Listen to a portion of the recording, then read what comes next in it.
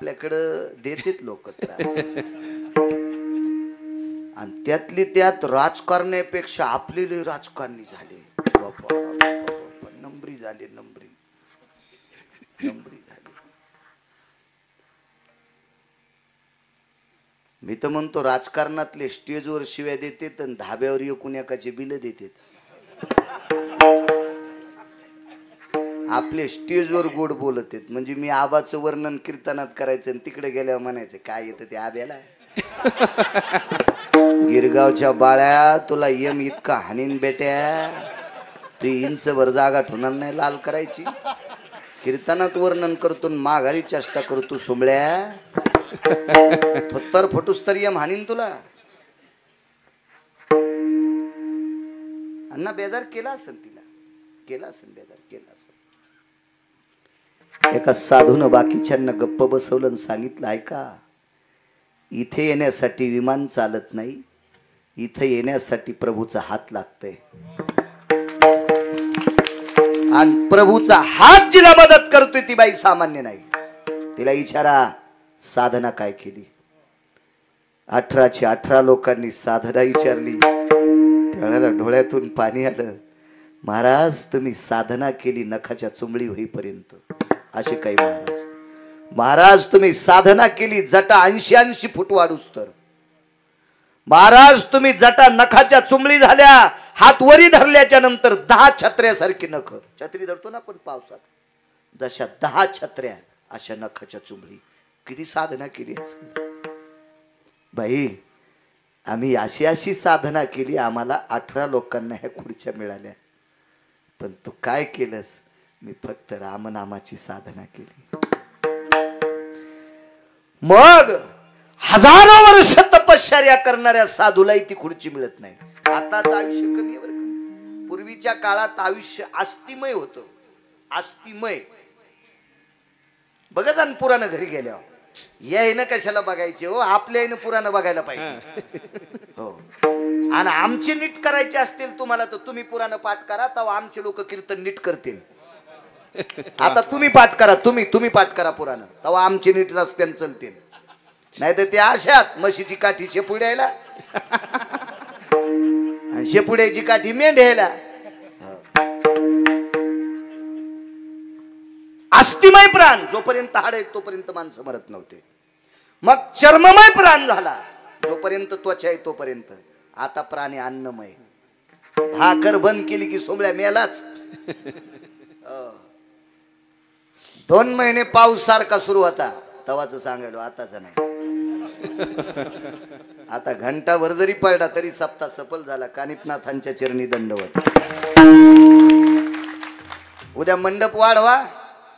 पहिल्याच दिवशी येड्या बाळूला इतके लोक, उद्यापासून किती येतील याचा विचार करा. उद्याचा मंडप वाढवा, चटाया वाढवा, विनंती तुम्हाला. ऐक नाही अण्णा, येड्यालाच इतके लोक आलेत येड्या बाळू.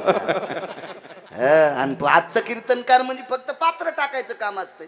उद्यापासून लाडू, गुलाबजामुन, बासुंदी. पहिल्या कीर्तनकारांनी फक्त झाडून काढायचं, कुंदन व पतराई टाकायचं आपलं काम. उद्या मंडप वाढवा. काय सांगू लागलो आबा. हजारो वर्ष साधना करणारी लोक त्या खुर्चीवर बसली. त्या खुर्चीवर मी फक्त रामनामाची साधना केली. 18 ऋषींच्या डोळ्यातून पाणी आलं. देवा अरे आम्हाला आता कळालं. कोणी लोखंडाचे चणे खाल्ले, कोणी अग्नी साधना केली.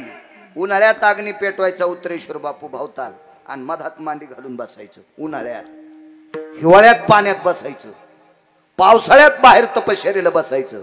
एक वरी पाय करून खाली मुंडक करून ऊर्ध्वम येतो तपाम सिद्धियानाम पदायम प्रपटलेषु अंबरेस्त ते वचाहा. अंबर म्हणजे आकाश, पद म्हणजे पाय. वरी पाय करून खाली मुंडके करून तपश्चर्या केली. निगळली या पाका ते घ्राणमेवचे निका. घ्राणमेवचे म्हणजे नाक, पाक म्हणजे स्वयंपाक. खाल्लेला स्वयंपाक जे काय असेल ते प्रसाद उलट टांगल्यावर नाकावाट वापस. अशा साधना केल्या त्यावेळेला खुर्ची भेटली. माय आम्हाला आता कळालं की रामनामात किती ताकद आहे. आम्ही एवढ्या साधना केल्यावर खुर्ची भेटली, तुला नुसत्या रामनामानं ही जागा भेटली. ही रामनामातली शक्ती आहे. म्हणून प्रकाश भाऊ पहिल्या कडव्यात कृष्ण नाम सर्व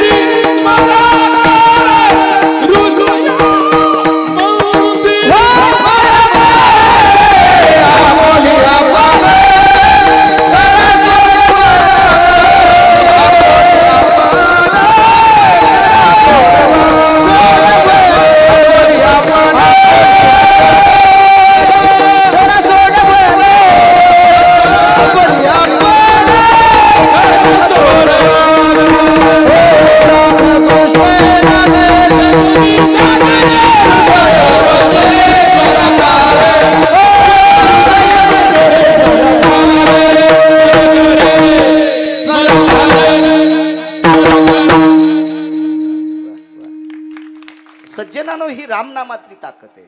म्हणून आळंदीतल्या मालकांनी शब्द खर्च केला, राम कृष्ण नामे ही दोन्ही साजिरी. कृष्ण नावातली ताकद सांगतो. तत्पूर्वी आवाज द्या दादा मोठ्या श्रद्धेने. अरे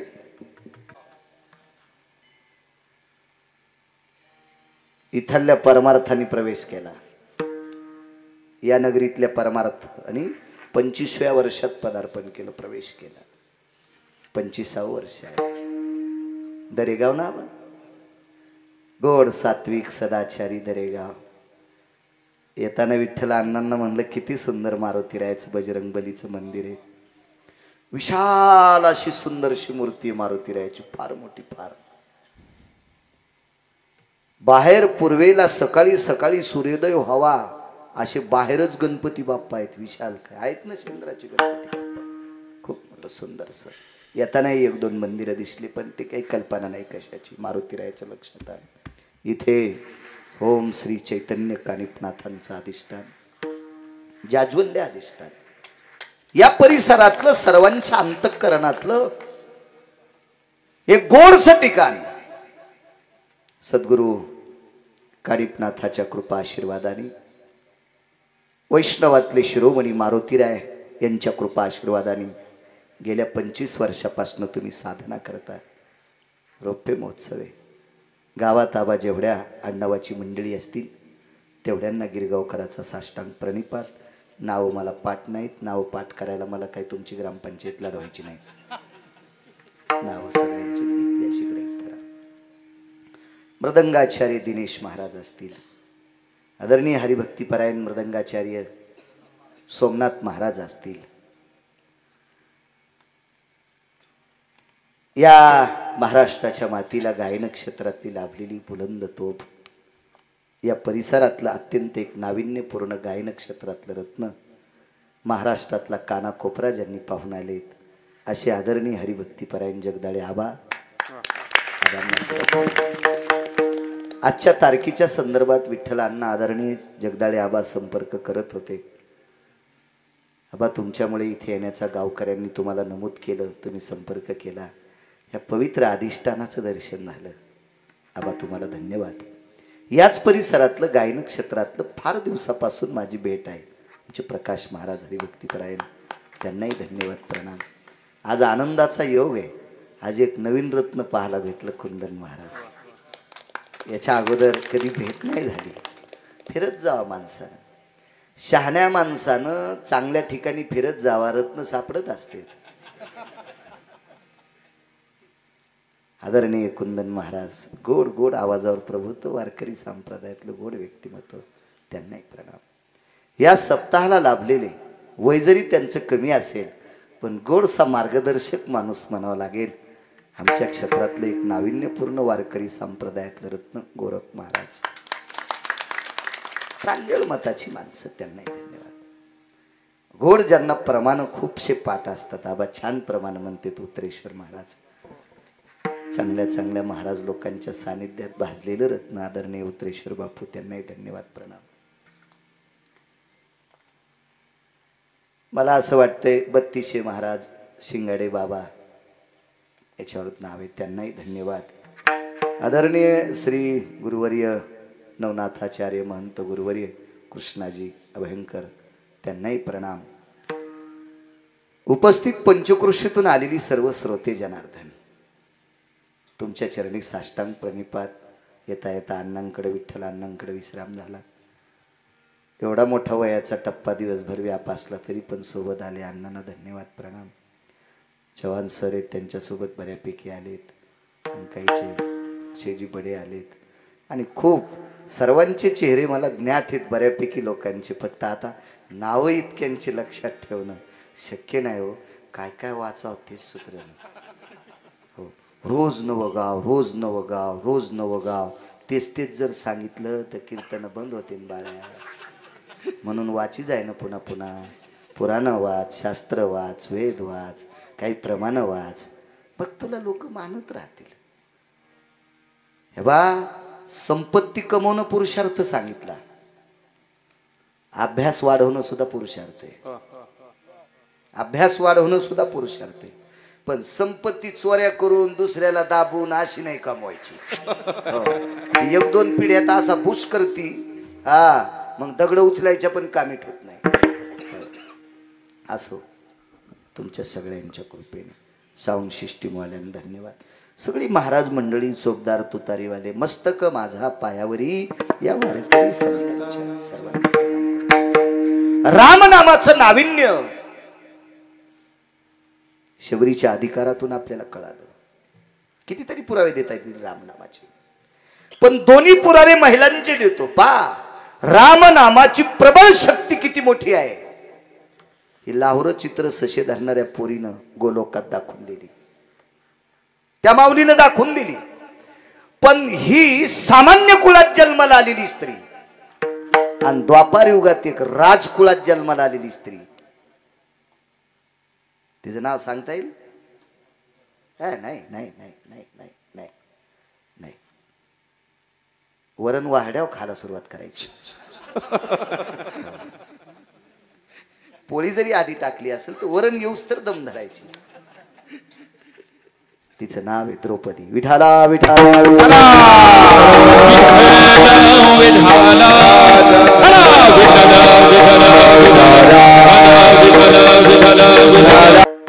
पांचाळ नरेशाची कन्या द्रौपदी आहे. काय कृष्ण नावात ताकद आहे. का म्हटले आळंदीतले मालक राम आणि कृष्ण. पुन्हा पुन्हा तुम्ही जितकी मला आशीर्वाद देताल त्याच्यावर पुन्हा पुन्हा सांगण्याचा प्रयत्न करीन, पण एवढा ऐका. अफाट श्रीमंत राजाची कन्या, आणि या पवित्र भारत देशातल्या वारकऱ्याची बायको. द्रौपदीला जे पती भेटले का ते वारकरी होते. वारकरी वारकरी हो. कारण पांडव हे भजन करणारी होती.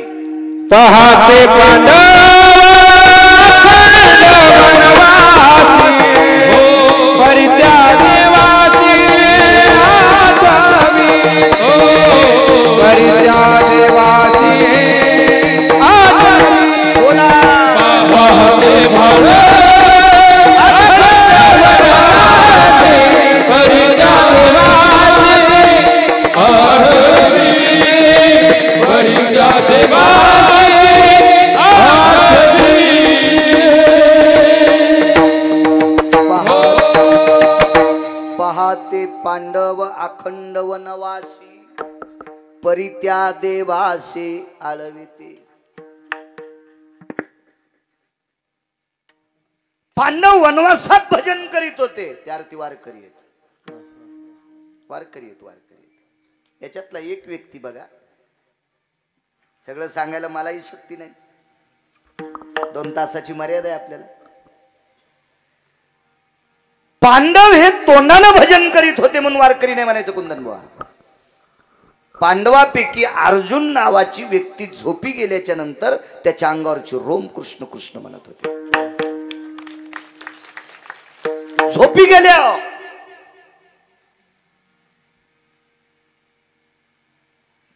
जो निष्ठेनं साधनेत रतला का त्याला लायक संपन्न म्हणत असते. त्याला लायक संपन्न. त्याला लायक. माणसं दिसले की रामकृष्ण हरी आणि अंधार पडला की दुसऱ्याच्या कान्या चोरी.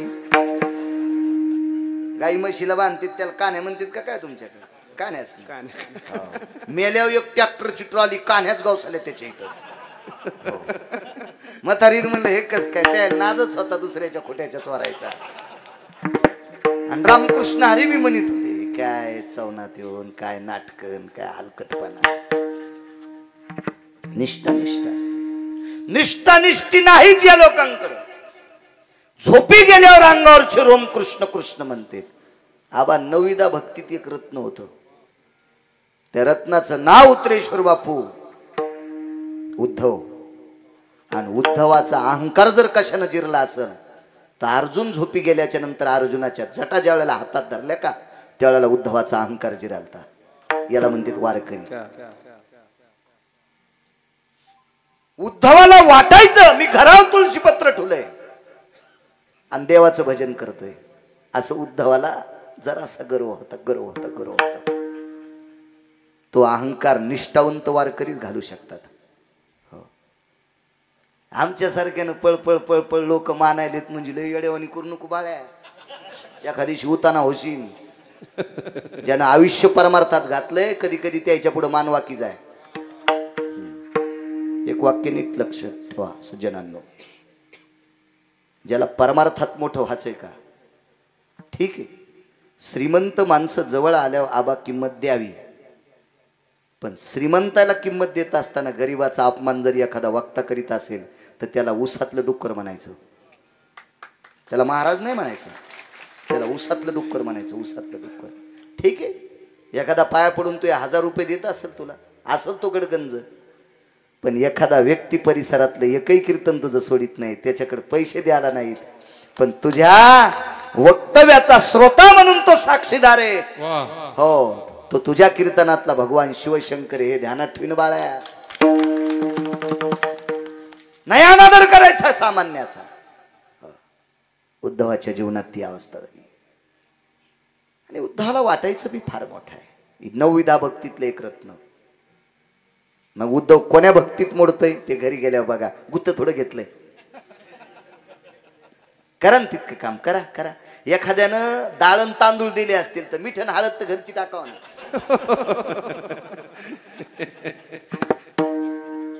हळद मीठ टाकलीच नाही म्हणून भातच शिजला नाही. अरे असं असतं कुठे. तितकं घरचं टाकन पान काय कुठल्या भक्तीत असते.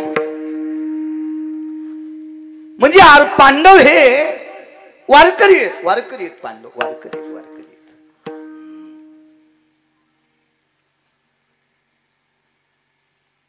दुसरा एक मुद्दा सांगतो. 33 कोटी देवाच्या राजा इंद्र याच्या खुर्चीवर राजा बसल्यावर कोणताही राजा बसू द्या हो, तो राजाला बसू देत होता पण बसल्यावर खुर्ची धुत होता. राजा उठून गेला की खुर्ची धुत होता कुंदनबुवा इंद्र, पण अर्जुन वरी गेल्यावर इंद्र स्वतःची खुर्ची धुत होता आणि मग धुतल्यावर अर्जुनाला बसित होता. शचीने विचारलं प्राणनाथा असं का हो का हो का हो, तर इतका संपत्तीनं पदाच्या बळावर फुगलेला इंद्र अहो जरासं पद आल्यावर काचा खाली करीत नाहीत हो, आणि पद गेल्यावर गुलपशाड झालीच्या पण पाया पड, पद गेल्यावर बर आबा मी राजकारणाचं सांग ना, पण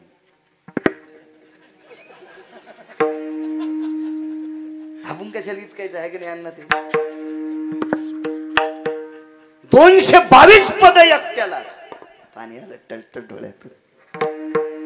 आणि जयंतीची जयंताची आई होती शेची. प्रश्न करणारी माणसं लय अधिकारी असते ताबा.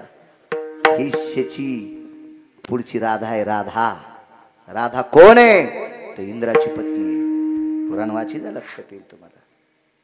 आणि पवित्र स्त्रीने विचारलं विठ्ठलांना, बाकीचे राजे बसल्यावर खुर्ची धुतल्यावर तुम्ही बसता आणि अर्जुन वरी आल्यावर तुम्ही बसलेली खुर्ची धुवून पवित्र करून देता, कारण का? नामधारक आहे.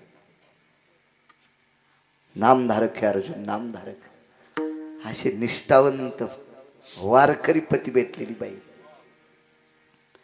नामधारकांच्या जीवनात अडसर आला येत असतो. निसर्गाचा नियम आहे, नियम आहे निसर्गाचा. प्रारब्ध ही कुणाच्याही बापाला चुकलेलं नाही. त्याच्या द्रौपदीचं काही चुकलेलं असं. जे जे लिहिले प्रारब्धी, जे जे लिहिले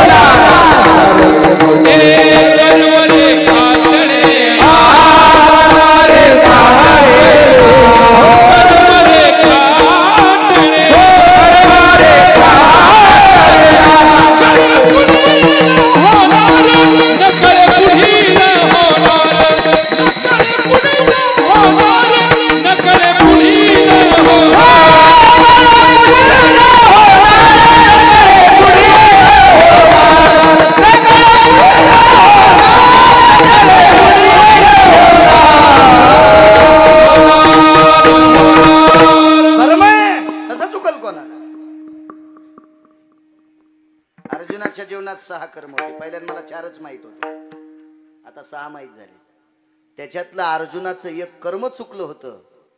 विश्वातला कुठलाही पुरुष, थोडासा राग येऊ देऊ नका, पाठ केलेलं ताबा वयाची मर्यादा काही जरी असेल तर पुराण सांगायला काय लाजणार आहे. विश्वातला कुठला जरी पुरुष पाहिला कुंदनबुवा गोरखबुवा तर त्याला खोटे का होत नाही, पण स्तन येत. अर्जुनाला नव्हते. अर्जुनाचा पुरुषार्थ किती टोकाचा असेल पहा. आणि आज आपल्या संप्रदायामध्ये स्तन असणाऱ्या पुरुषानं साडी नेसली तरी पण त्याला निषेध मानते. नाचे जो कोंबडा तो होय ही जडा सप्त जन्मे, तो होय ही जडा सप्त जन्मे, तो होय ही जडा सप्त जन्मे, तो होय ही जडा सप्त जन्मे. गोपिकाच्या वेचे नाचे जो कोंबडा, नाचे नाचे जो कोंबडा, गोपिकाच्या वेचे नाचे जो कोंबडा.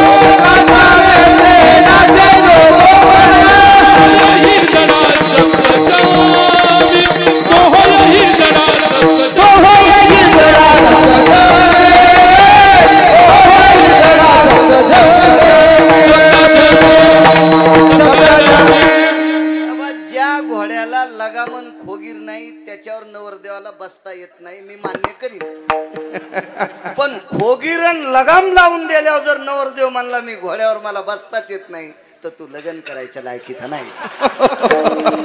नाही नाही नाही तुझी जागा कुठे हे सांगतील मी कीर्तनात सांगू तर मग मात्र नाही काम लोक म्हणते बाळ्या लय शहाणा झाला. येठण घालून दिलं की चाव थांबला आहे की नाही उतरी शिरवा मानावं लागेल का मानावं लागेल. अहो सोबतच्या लोकांनी कीर्तनकाराला पोषक प्रमाण देणं म्हणजे ती कोटीची नोट आहे. कोटीची नोट आहे.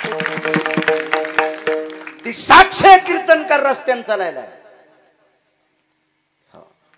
नाही तर कोणीकडे मसडी दाम टळायला लागला. याला शिब्याला आणि शिमग्याच्या तेलाला पिढ्या मातीत घालशील सुंबळ्या काही नको बरगळ परमार्थ सांग. बाकीचं ऐकायला लोकायला खपक्या मोबाईल भितडाव आणि पाहते ना तुत्र घालू घालू.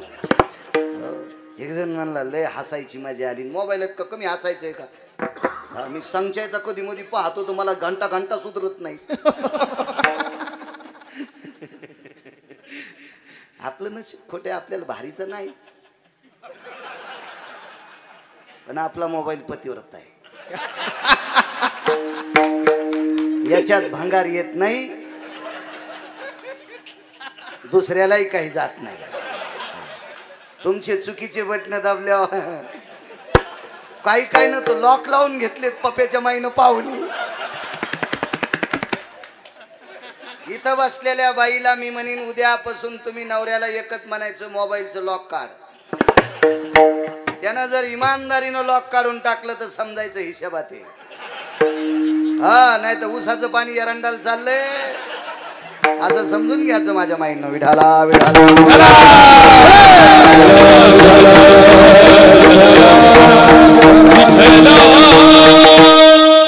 वाचा शास्त्र काळाची गरज आहे. गरज आहे माझ्या सज्जनांनो ज्ञानोबराय तुकोबरायच्या साधकांनो पुस्तक विकत घ्यायचं काम नाही. मोबाईल मध्ये सगळं जग आहे.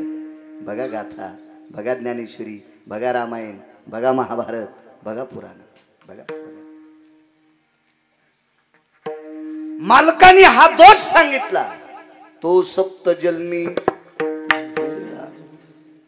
7 जन्म कोण तुमच्या माझ्यासारखा वक्षस्थळावर ठिकाण असलेला खोटं का होत नाही स्तन असलेला अर्जुनाला नव्हतं तरी बाई व्हावं लागलं.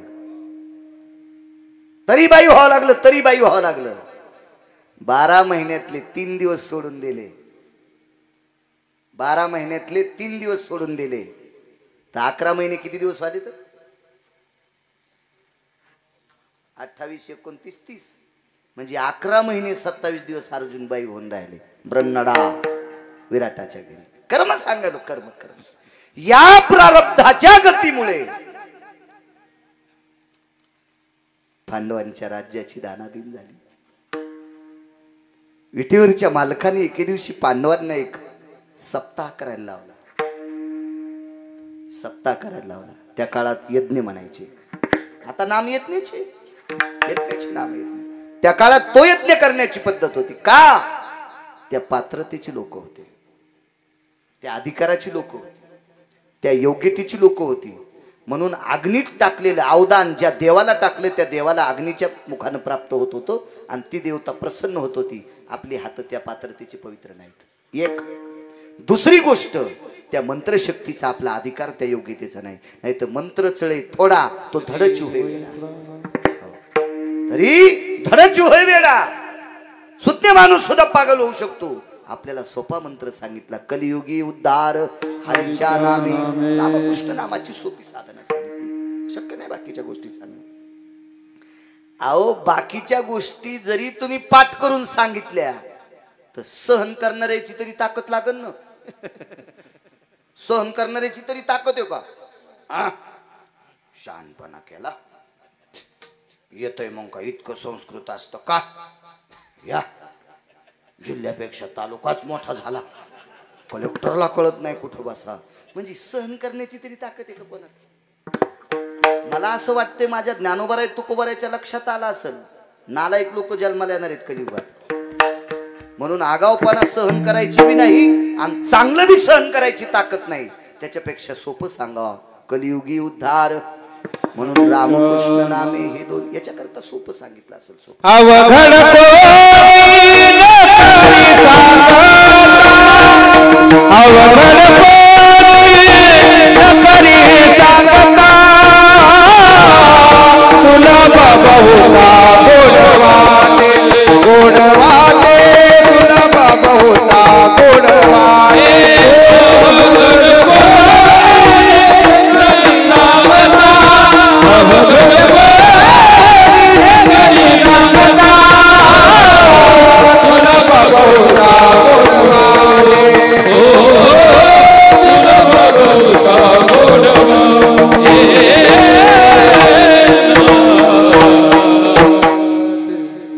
कसं शक्य आहे ते अवघड करणं?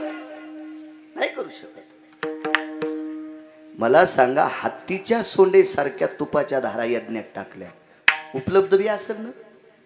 आता मथऱ्याच्या पितराच्या दिवशी ओरिजिनल तूप भेटणं डब्यातलं घ्यावं लागत आणि ज्याचे तुपाचे कारखाने आहेत का त्याला माहीतच नाही कशाच्या दुधाचं तूप आहे म्हणून. तिकडे एसी मध्ये बसलेले आणि ऍडव्हर्टाईज करायला तिसरीच. आपल्याकडं जे उत्पन्न काढतो का ते ऍडव्हर्टाईज करीत नाही. खताची ऍडव्हर्टाईज करायला कोण? सिनेमातले लोक. बरोबर आहे का नाही? गजाईची ऍडव्हर्टाईज करायला कोण? बिल्डिंग बांधायच्या. हा यायला कसं कंपनीत तयार होते माहितीये का? नाही. पाणी द्यायच्या पाईपची ऍडव्हर्टाईज कोण करतंय? सिनेमातले लोक. चपलाईची ऍडव्हर्टाईज कोण लोक? तेच. दाढ्या करायच्या ब्लेडची ऍडव्हर्टाईज. खताची ऍडव्हर्टाईज करायला अण्णा शेतकरी पाहिजे. भरघोस पिकाची पाईपची ऍडव्हर्टाईज करायला शेतकरी पाहिजे.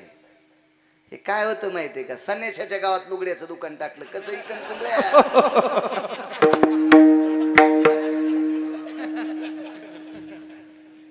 गावात एकाला दिसत नाही दुकान चष्म्याचं टाकलं कसं चालेल? ते मूर्खपणाचं टोकेन ते.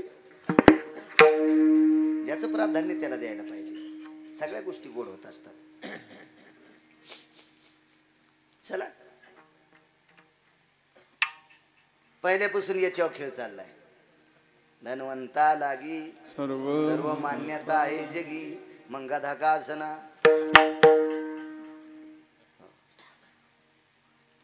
आमची लोक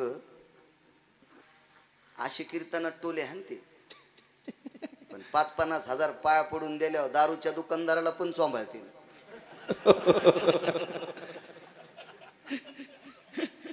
आणि अशी वाईट संपत्ती कमवणारे जोडून या धन उत्तम व्यवहारे इतक्या शिव्या देतील.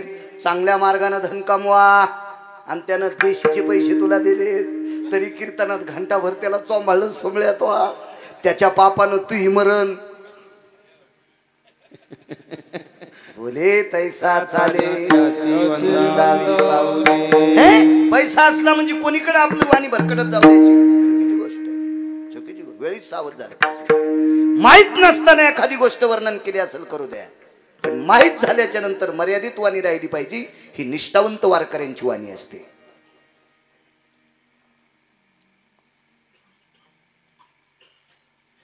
परिस्थिती ढासळली. यज्ञ करायला लावला. काय यज्ञ थाटातला होता सज्जनानं. रामकृष्ण नाम. कृष्ण नावाची ताकद सांगा. राम नामाची ऐकली तुम्ही? कृष्ण नावाची ताकद आहे का? वेळ संपल्यावर सांगा आबा मला.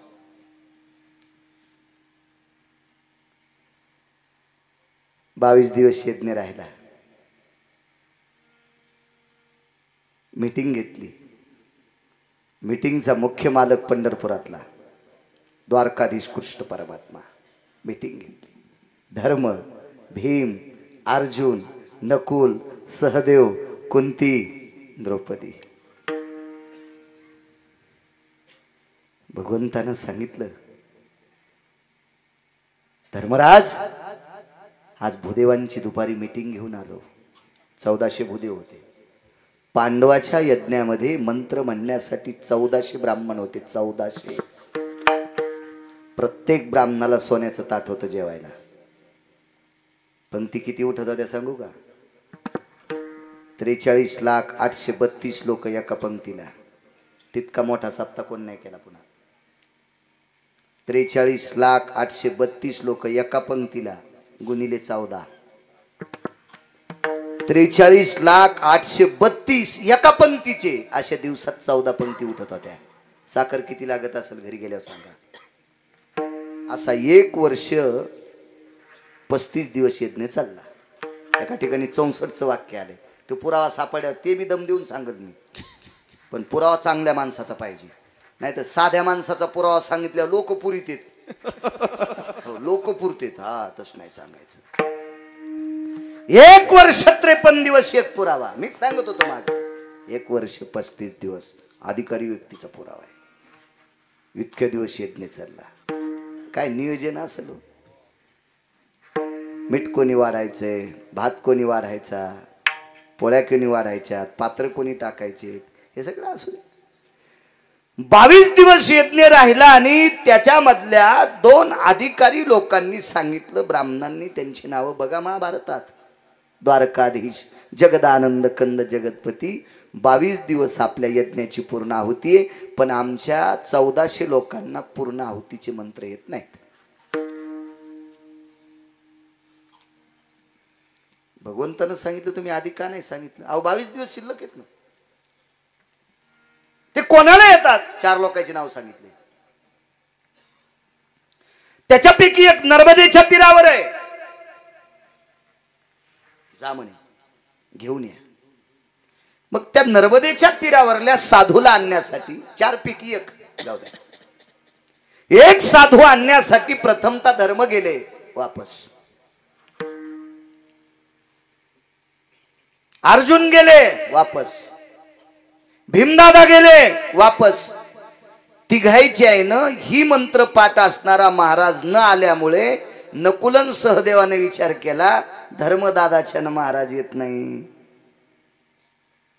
अर्जुनाच्यानं महाराज येत नाही, दादाच्यानं भीमदादाच्यानं महाराज येत नाही. आपल्या दोघायचं काय करू? आणि ते महाराज आणणं म्हणजे काय ग्रामपंचायतचा सदस्य थोडाच पळवायचा का सोसायटीचा मेंबर आणणार? महाराज आहे महाराज. बर तो महाराज आमच्यासारखा नव्हता ना पाकिटाव पळायला. आमच्यावर घेतल्यावर कशी खसखस पिकती तुमची नाही का? तुम्ही लय तुकाराम महाराजाचे चुलते आहेत करा जे हो.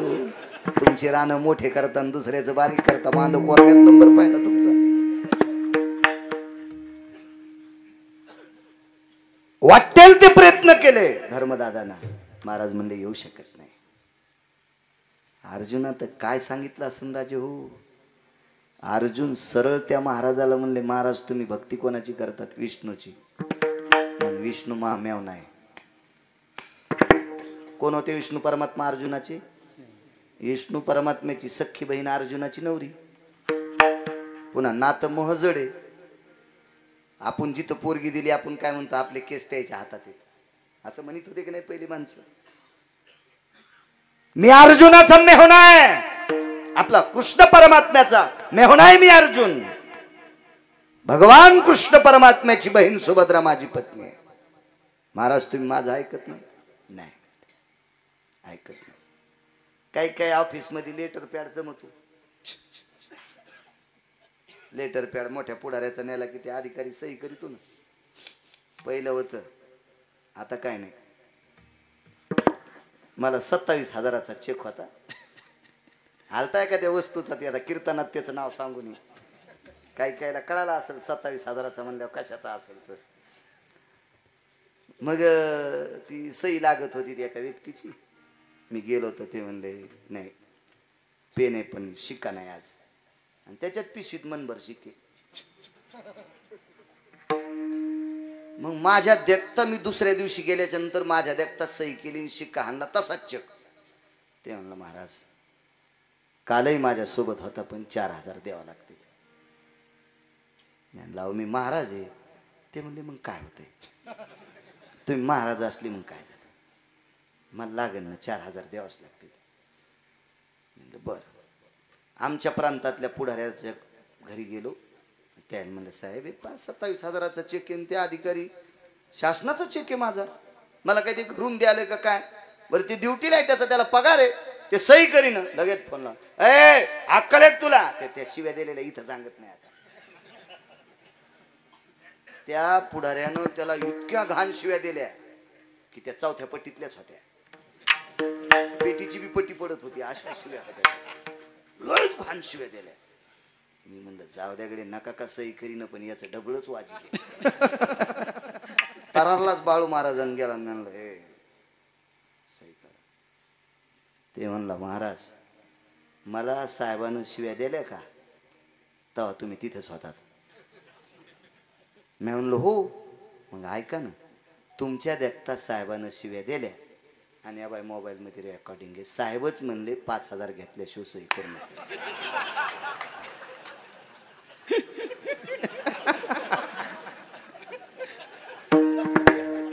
म्हणून काही काम मोठ्याल्या पुढाऱ्याकडे घेऊन गेलेत ना, ते आपल्या देखता पुढच्याला दटीत येत आणि आपण उठून गेल्यावर तेच सांगते चांगली वाट लावायची.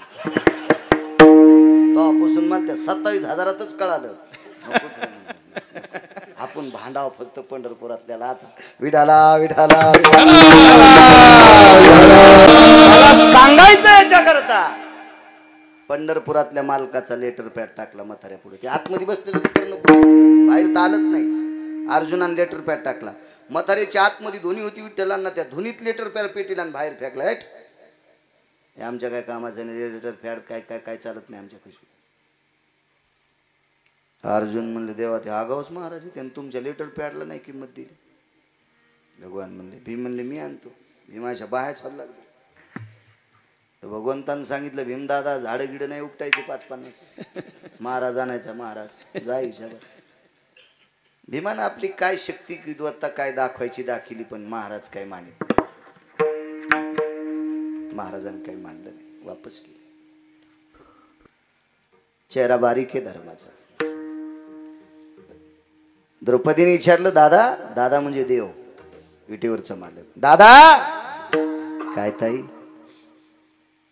दादा 22 दिवसातले 3 दिवस निघून गेलेत, दिवस फार मोजके राहिलेत. यज्ञाची पूर्णाहुती जर नाही झाली तर देवता रुष्ट होतील, पातक लागेल आम्हाला. काळजी करू नको ताई, बघू प्रयत्न करून. दादा मी जर प्रयत्न केला तर.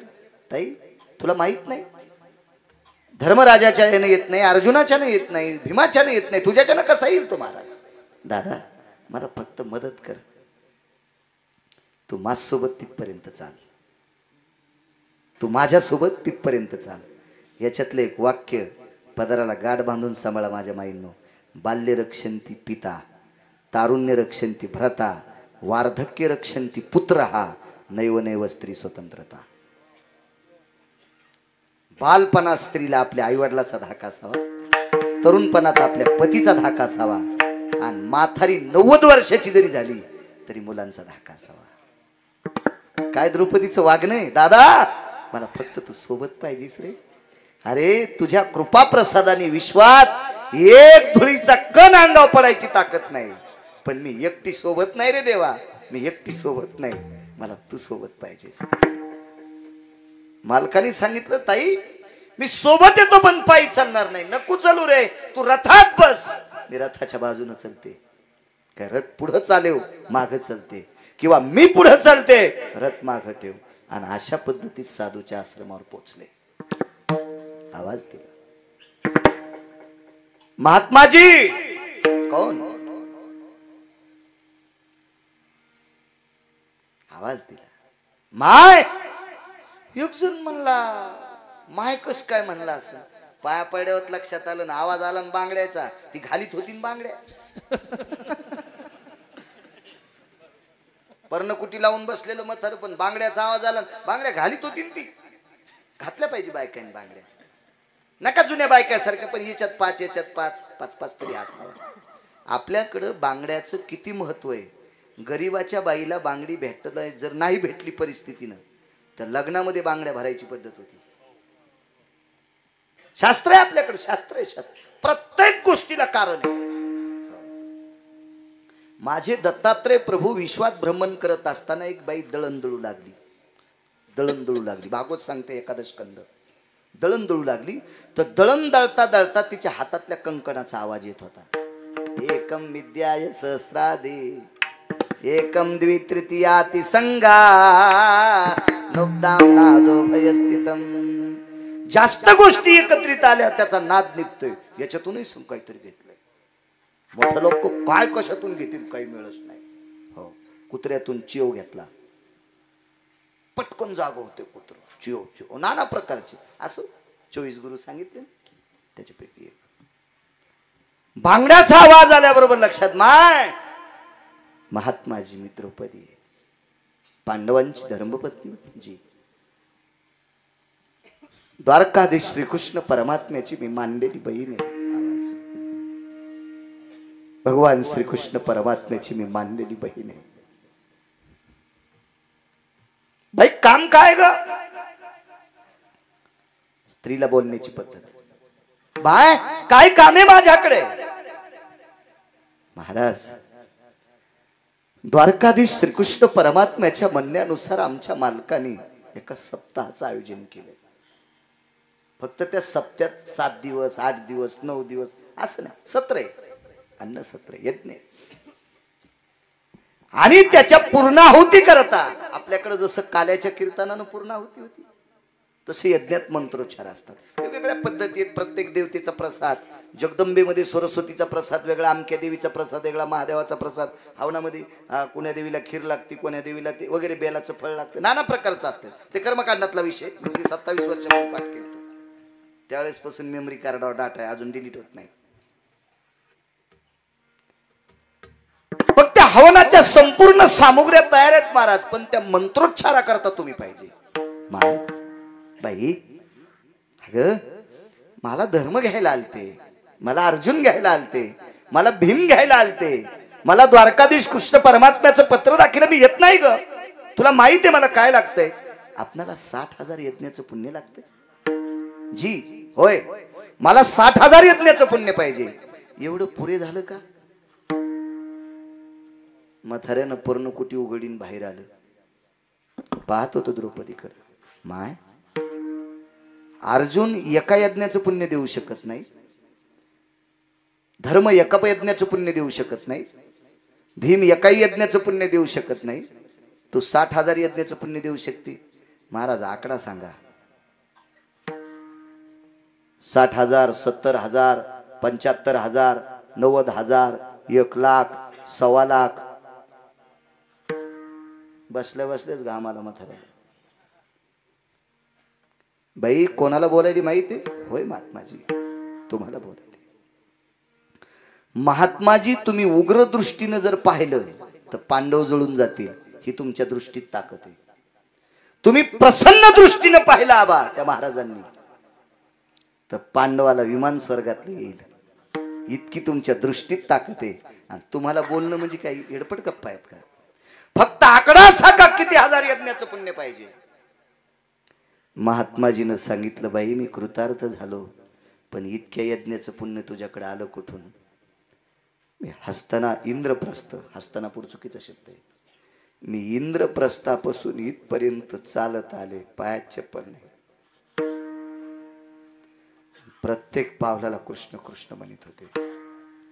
नाम घेता वाट चाली यज्ञ पाऊला पाऊली, कोटी कोटी यज्ञ नित्य ज्याचा नेम, आणि एक हरिनाम जपताकडे.